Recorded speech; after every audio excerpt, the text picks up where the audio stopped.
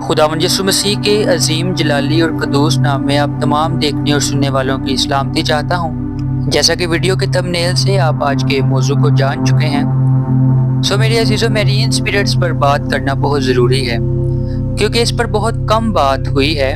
ہم نے یہ تو ضرور سیکھا ہوا ہے کہ ہواؤں میں یہ اندھیروں کی فوجیں رہتی ہیں، پر ہم نے کبھی بھی پانی کے اندر جو چیزیں ہیں ان کے بارے میں کبھی سیکھا نہیں۔ اس لیے آج ہم اس کو سیکھیں گے کہ بائبل میں کہاں کہاں اور کیا کیا چیزیں میرین اسپرٹس کے بارے میں لکھی ہوئی ہیں۔ یہ میرین اسپرٹس کیا ہیں، یہ کس طرح سے ہماری زندگی کو امپیکٹ کرتی ہیں، اور کیا سائنس ہے کہ ہم ان اسپرٹس کے انفلوئنس میں ہیں اور کس طرح سے ہم ان سے نکل سکتے ہیں۔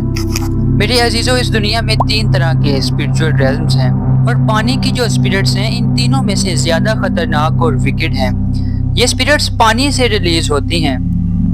میرے عزیزو، جیسا پیدائش پہلا باب اور اس کی 2 آیت میں لکھا ہے کہ جب کچھ بھی موجود نہیں تھا، یہ زمین بھی نہیں، تو خدا کا روح پانی کی سطح پر جنبش کرتا تھا۔ اس وقت جیسے جیسے خدا نے بولا اور ورڈز خدا کے منہ سے نکلے، ویسے ویسے زمین الگ ہونا شروع ہو گئی۔ اس میں پیڑ پودے آ گئے، آسمان اور روشنی بنی۔ پر یہ زمین اگر دیکھا جائے تو ابھی بھی 70 to 75% پانی ہے، اور جو سوکھی زمین ہے وہ بالکل تھوڑی ہے۔ اس کا مطلب ہے پہلے سب کچھ پانی ہی تھا۔ جیسا خروج 20 باب اور اس کی 4 آیت میں بھی لکھا ہے، تو اپنے لیے کوئی تراشی ہوئی مورت نہ بنانا، نہ اوپر آسمان میں یا نیچے زمین پر یا زمین کے نیچے پانی میں۔ مطلب پانی کے اندر بھی کچھ چیزیں ہیں جن کی مورت بن سکتی ہے۔ یہ حکم خدا نے پہلے ہی دے دیا تھا۔ یہ حکم نہ صرف اس وقت کے لیے تھا بلکہ آج بھی ہے، کیونکہ یسوع مسیح نے کہا کہ میں شریعت کو منسوخ کرنے نہیں بلکہ پورا کرنے آیا ہوں۔ میرے عزیزو، یسوع کے آنے سے قوانین اور سخت ہو گئے اور سکڑا رستہ ہو گیا ہے۔ میرے عزیزو، مکاشفہ 12 باب اور اس کی 12 آیت میں لکھا ہے، بس اے آسمانوں اور ان کے رہنے والوں، خوشی مناؤ، اے خشکی اور تری تم پر افسوس، کیونکہ ابلیس بڑے قہر میں تمہارے پاس اتر کر آیا ہے، اس لیے کہ چاہتا ہے کہ میرا تھوڑا ہی سا وقت باقی ہے۔ میرے عزیزو، میں چاہتا ہوں کہ آپ اس آیت کو سمجھیں۔ لکھا ہے، اے آسمانوں اور ان کے رہنے والوں، خوشی مناؤ۔ یہ ہمارے لیے ہے۔ We are not earthly beings, we are heavenly beings۔ بظاہر تو ہمارے بدن زمین پر ہی ہیں، مگر ہم آسمان کے ساتھ کنیکٹڈ ہیں۔ ہم خدا کے ساتھ یسوع کے وسیلہ سے کنیکٹڈ ہیں۔ آگے لکھا ہے، اے خشکی اور تری تم پر افسوس، کیونکہ ابلیس بڑے قہر میں تمہارے پاس اتر کر آیا ہے، اس لیے کہ جانتا ہے کہ میرا تھوڑا ہی سا وقت باقی ہے۔ میرے عزیزو، شیطان کا وقت بہت تھوڑا سا ہے، اس لیے وہ زمین پر اور پانی میں دونوں طرف اس کا بہت زور ہے۔ جس وقت شیطان کو زمین پر پھینکا گیا تو میرے عزیزو، زمین تو صرف 25% ہی سوکھی ہے، زیادہ زمین تو پانی سے بھری ہوئی ہے۔ تو کیا شیطان صرف سوکھی زمین پر گرا؟ نہیں، پانی میں اس نے پورا قبضہ کیا۔ میرے عزیزو، ان باتوں کو سیکھنا بہت ضروری ہے، کیونکہ یہ ہمارے سامنے ہوتے ہوئے بھی ہم سے دور ہیں، کیونکہ اس پر زیادہ بات ہی نہیں ہوئی۔ مکاشفہ 17 باب اور اس کی 1 آیت کو جب ہم پڑھتے ہیں تو اس میں لکھا ہے، اور ان 7 فرشتوں میں سے جن کے 7 پیالے تھے، ایک نے آ کر مجھ سے یہ کہا کہ اوپر آ، میں تجھے اس بڑی قسمی کی سزا دکھاؤں جو بہت سے پانیوں پر بیٹھی ہوئی ہے۔ میرے عزیزو، ہم ہواؤں کے ڈیمن سے ہی لڑتے رہ گئے، پانی کے اندر رہنے والی اسپرٹس اور ڈیمنز کے بارے میں پتہ ہی نہیں چلا۔ میرے عزیز بھائیوں اور بہنوں، ہم یہ سمجھتے ہیں کہ یہ بدروحیں صرف ہواؤں میں موجود ہیں، مگر خدا کا کلام ہمیں بتاتا ہے کہ یہ اسپرٹس پانی کے اندر بھی موجود ہیں۔ میرے عزیزو، نوح کے دور میں جب زمین پر بدی بہت بڑھ گئی تو خدا نے پانی سے زمین کو ختم کیا، ہر چیز اس میں ڈوب گئی، صرف نوح اور اس کا خاندان بچا۔ میرے عزیزو، جب سب کچھ ختم ہو گیا تو پھر کہاں سے یہ دوبارہ ڈیمنز اور اسپرٹس آ گئی؟ میرے عزیزو، میں آپ کو یہ بتانا چاہتا ہوں کہ خدا نے پانی سے ہر چیز کو ختم کر دیا، یعنی زمین پر رہنے والی تمام اسپرٹس ختم ہو گئیں، مگر پانی میں رہنے والی اسپرٹس تو پانی میں ہی رہی، اسی لیے وہ آج تک یہیں پر ہیں۔ ان کا وقت بہت تھوڑا ہے۔ میرے عزیزو، یہ پانی کی اسپرٹس ہیں، ان کو تو پانی میں ہی رہنا ہے، یہ زمین پر کیسے آ جاتی ہیں؟ کیونکہ خدا نے پانی اور سوکھی زمین کو الگ کر دیا تھا۔